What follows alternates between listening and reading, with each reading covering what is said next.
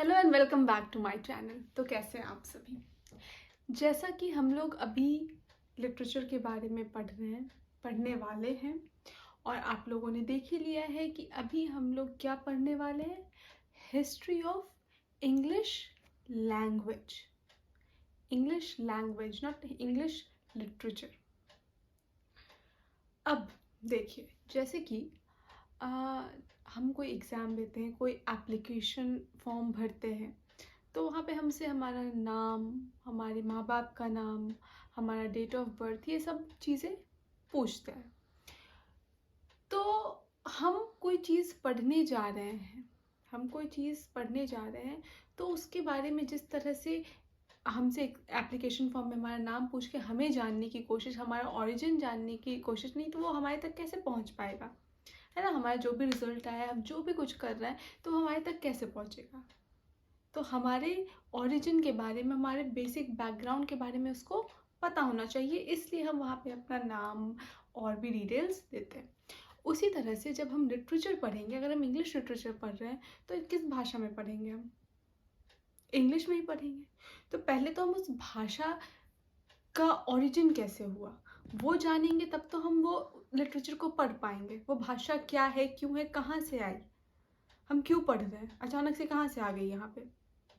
तो हम पहले वो जानेंगे, तब तो हम लिटरेचर के आगे बढ़ पाएंगे। ऐसा नहीं है, हम लिटरेचर पढ़ते हैं बहुत लोग, मतलब कि आप लोग अभी तक इंग्लिश पढ़ रहे हो, नहीं जानते हो लैंग्वेज के बारे में, लेकिन जब आपको इसके कोर आप इसको कोर वे में पढ़ोगे, है ना, तो आपको तो लैंग्वेज का इतिहास भी जानना चाहिए, ठीक है। और ये किसी एग्ज़ाम में आए चाहे ना आए, आता है एग्ज़ाम्स में, लेकिन अगर इन केस नहीं भी आता हो, फिर भी आपको ये चीज़ जानना चाहिए, ठीक है।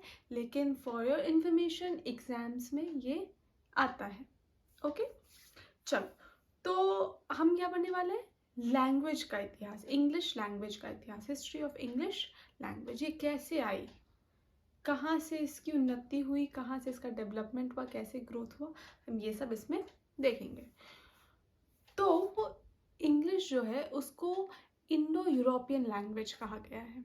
अब इंडो यूरोपियन लैंग्वेज क्या है, तो वैसा लैंग्वेज जो कि यूरोप और साउथ एशियन रीजन में बोला जाता है, उसको हम इंडो यूरोपियन लैंग्वेज बोलते हैं। तो English is one of them, ठीक है। अब क्या होता है, अब इसको हम लोग एक कहानी की तरह सुनेंगे और याद रखेंगे। ओके, तो क्या होता है, अर्ली फिफ्थ सेंचुरी में रोमन्स जो है वो सेंट्रल यूरोप में क्या कर रहे थे, रूल कर रहे थे, ठीक है, रोमन्स। और रोमन्स बेसिकली लैटिन बोलते थे। फिर क्या होता है, फिर वो लोग फिफ्थ सेंचुरी में आते आते वो लोग उसको, लेटर फिफ्थ सेंचुरी में वो उसको विड्रॉ कर लेते हैं, वो पीछे हट जाते हैं। और जब वो पीछे हट जाते हैं, तब तो कोई तो वहाँ पे इन्वेड करेगा, कोई तो आक्रमण करेगा, है ना। आपके घर में अगर पेस्ट्री रखी हुई है खाने के लिए, और आप एक पल के लिए बोल दो कि मैं अभी नहीं खाऊंगा, तो आपके छोटे भाई बहन तो खा ही लेंगे इसको। ऐसे छोड़ेंगे नहीं ना कि भैया को खाना है तो छोड़ देता हूँ, ऐसा तो करेंगे नहीं। तो उसी तरह, तो क्या होता है, फिफ्थ सेंचुरी में फिर कौन आते हैं, फिर आते हैं हमारे जर्मेनिक ट्राइब्स, जो अटैक करते हैं, इन्वेड करते हैं। और वो क्या करते हैं, जर्मेनिक ट्राइब्स जो होते हैं वो क्या करते हैं कि वो एक आइलैंड पे अटैक किया उन्होंने, और वहाँ पे जो लोग रहते हैं उनको हम लोग बोलते हैं केल्टिक स्पीकर्स। वो जो लैंग्वेज बोलते हैं वो केल्टिक बोलते हैं। उनको क्या करते हैं, ये लोग साइड लाइन कर देते हैं और किनारे भेज देते हैं, ठीक है, उसको किनारे भेज देते हैं और खुद वहाँ पे अड्डा गड्ढा गाड़ के बैठ जाते हैं, ठीक। तो ये जो केल्टिक लैंग्वेज बोलते हैं, वो जो साइडलाइन हुए, तो वो जो जगह हुई, तो हम आज उसको किस नाम से जान रहे हैं, वेल्स, स्कॉटलैंड, आयरलैंड, ठीक। और जहाँ पे ये जर्मैनिक ट्राइब्स अपना अड्डा गड्ढा गाड़ के बैठ गए हैं, वो कौन सी जगह है, आज का इंग्लैंड। ओके, तो अब ये इंग्लैंड नाम कैसे पड़ा, इंग्लैंड क्यों है, इंग्लिश क्यों है, ये भी तो सोचने वाली बात है। तो क्या होता है कि ये जो जर्मैनिक ट्राइब्स हैं, ये तीन ट्राइब्स रहते हैं इसमें, जो जर्मैनिक ट्राइब्स, इसमें 3 ट्राइब्स हैं, एंगल्स, सैक्सन्स एंड ज्यूट्स। ये 3 ट्राइब्स मिलके जर्मैनिक ट्राइब्स, और इन्हीं तीनों ने इन्वेड किया है। तो क्या होता है, एंगल्स जो हैं वो बोलते हैं, क्या बोलते हैं, इंग्लिस्क, ENGLISC, ओके। और ये जहाँ से बिलोंग करते थे उस एरिया का नाम था इंग्लालैंड। क्या था, इंग्लालैंड। तो अब तो ये लोग यहाँ पे आ गए हैं, तो अपना तो असर यहाँ पे छोड़ेंगे ही, है ना। तो इस जगह का ही नाम हो गया इंग्लैंड। क्या नाम हो गया, इंग्लैंड। और इसी से इंग्लिश जो था अब क्या कहने लगी है, इंग्लिश, ठीक है। तो ये चीज़ हुआ, और इसलिए हम लोग जो है ये इस टाइम से जो भाषा बोली जाने लगी, इस टाइम से ही एंग्लो सैक्सन पीरियड कहा जाने लगा, ठीक है। इसी को हम लोग बोलते हैं Anglo Saxon period in English literature, ठीक, या फिर ओल्ड इंग्लिश। आई बात समझ में। तो अब हम क्या सोच सकते हैं कि इंग्लिश कहाँ, उसकी शुरुआत कहाँ से हुई, जर्मैनिक लैंग्वेज से, है ना, जर्मैनिक लैंग्वेज से ही ना हुई। तो बहुत लोगों को लगता है कि लैटिन से इसका ओरिजिनेशन हुआ, बट ऐसा नहीं है, लैटिन का इन्फ्लुएंस रहा। क्यों, क्योंकि उस एरिया में सबसे पहले रोमन्स रूल करते थे, रोमन्स रूल करते थे, तो उनका इन्फ्लुएंस तो रहेगा ही, है ना। उसके बाद ये लोग आए, ठीक है। तो लैंग्वेज पे इन्फ्लुएंसेस बहुत रहते हैं, जिस वजह से वो ग्रो करता है, ठीक, लेकिन ओरिजिनेशन तो एक ही रहेगा, ओके। तो क्या हुआ, यहाँ पे एक जगह पे रोमन्स रूल कर रहे हैं, उनको क्या किया गया, उन्होंने वो पीछे हट गए, ठीक, वो पीछे हट गए, अब रूल नहीं करते हैं वो लोग।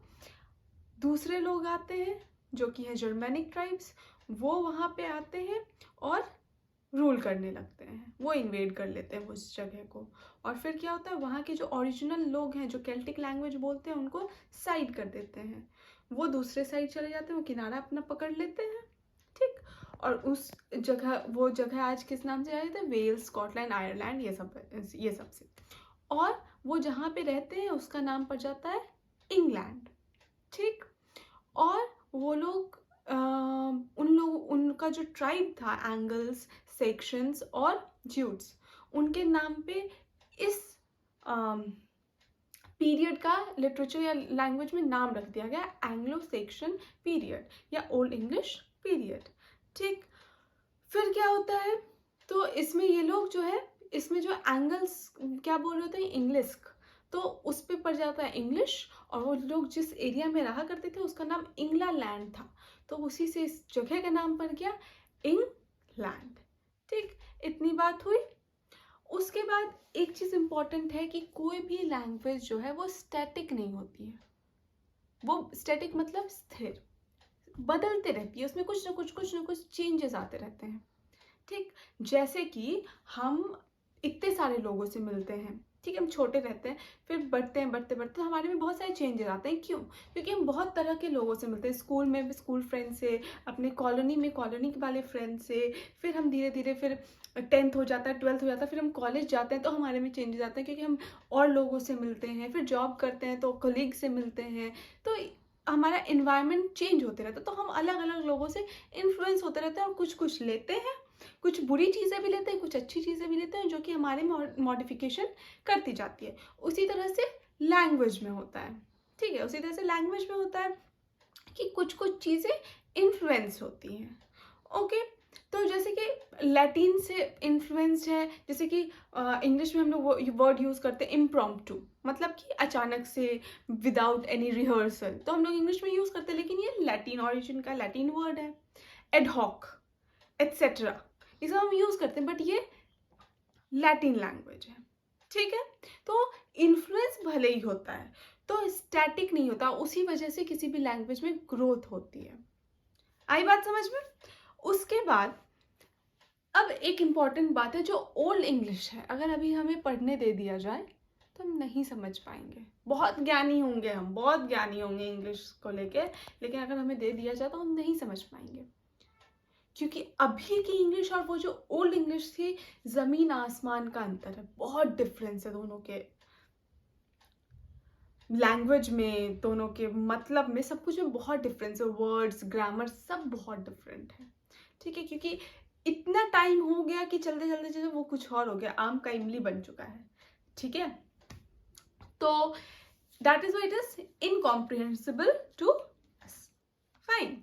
उसके बाद क्या होता है कि हम लोग किसी भी चीज को कैसे समझ पाते हैं कि जैसे इस टाइम ये लैंग्वेज शुरू हुई थी, जब तक हम उस चीज का कोई बुक, वर्क कुछ भी देखेंगे तभी तो हमें समझ में आ पाएगा। तो अगर हम देखें कि हमसे कोई पूछता है कि ओल्ड इंग्लिश में कोई वर्क है, तो बिल्कुल है। कौन है? तो एक बहुत फेमस वर्क है, वो है बेowulf, BEOWULF, बेowulf। ये एनोनिमस है, हमें नहीं पता कि किसने लिखा है, बहुत पुरानी है तो आइडिया नहीं है, किसी को नहीं मिला इसके राइटर का नाम। ये एक पोम है, ठीक है, जिसमें हीरोइक कैपेबिलिटीज के बारे में दिखाया गया है। ठीक, तो इसमें एक मॉन्स्टर होता है ग्रेंडल, और उनकी माँ होती है ग्रेंडल की माँ, और एक खुद बेowulf जो इनको हराता है, और इसी के बारे में है पोम। उसके बाद आता है हमारा द सीफारर, ये भी एनोनिमस है। फिर beads death song, BEDE apostrophe S, beads death song, ये किसने लिखा है? बीड, खुद बीड ने, BEDE, बीड ने।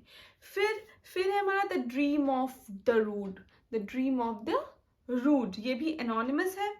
ओके, उसके बाद जो है आता है, उसके बाद क्या होता है कि वाइकिंग्स अटैक करते हैं, वाइकिंग्स इन्वेड करते हैं, वाइकिंग इन्वेजन होता है, और वो लोग जो बोलते हैं उसको हम लोग कहते हैं ओल्ड नॉर्स। ठीक, वो अटैक करते हैं, वो लोग ओल्ड नॉर्स बोल रहे होते हैं, तो इसका भी कुछ ना कुछ इन्फ्लुएंस होता है। तो आपको क्या याद रखना है कि ये कब हुआ अटैक? 8th सेंचुरी में। कब हुआ? 8th सेंचुरी में, तो उसका कुछ इन्फ्लुएंस आता है। ओके, तो ये हमारा ओल्ड इंग्लिश पीरियड कहलाता है।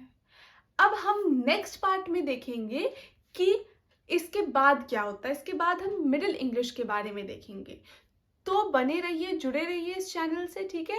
हम लोग आगे, अभी तो शुरुआत है, अभी हिस्ट्री देखेंगे, अभी लैंग्वेज का हिस्ट्री, फिर लिटरेचर का हिस्ट्री, अभी बहुत कुछ देखना है। तो धीरे धीरे धीरे धीरे विल कंप्लीट एवरीथिंग। और मैं चाहती हूँ कि एंड होते होते, जब तक आपका CUET PG आता है, तब तक आप लोगों को पूरा कॉन्फिडेंट हो जाए कि हाँ, अब मुझे पता है। So thank you.